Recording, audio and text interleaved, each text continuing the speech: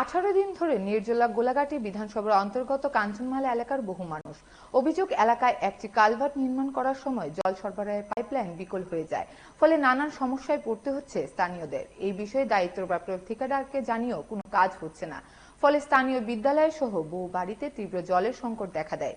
এদিন সাংবাদিকদের মুখোমুখি হয়ে দ্রুত সমস্যার সমাধানের আর্জি জানান এলাকাবাসী। আমরা তো জলের খুব অসুবিধা, জলের উপরে আমরা নির্ভর। এই যে জল না থাকলে আমরা কি করে বাঁচি? একদম আমরা জল নাই। এই যে এখানে ব্রিজটা হইতাছে, ব্রিজটা হওয়ার আগে যে আমরা এই জায়গাটার ভিতরে আমরা জলের লাইনটা দিয়েছিরা ব্রিজটা করতো, আমরা কি করে জলের লেগে আমরা বাঁচি? আমরা তো জলের লেগে এমন সমস্যা। কয়দিন ধরে জল পাইতেছেন? আজকে মনে 17-18 দিন ধরে জলের লেগে আমরা খুব সমস্যা। কয়দিন হইব জল পাওয়া যায়? মানে কি লিগা জল পাওয়া, কি লিগা?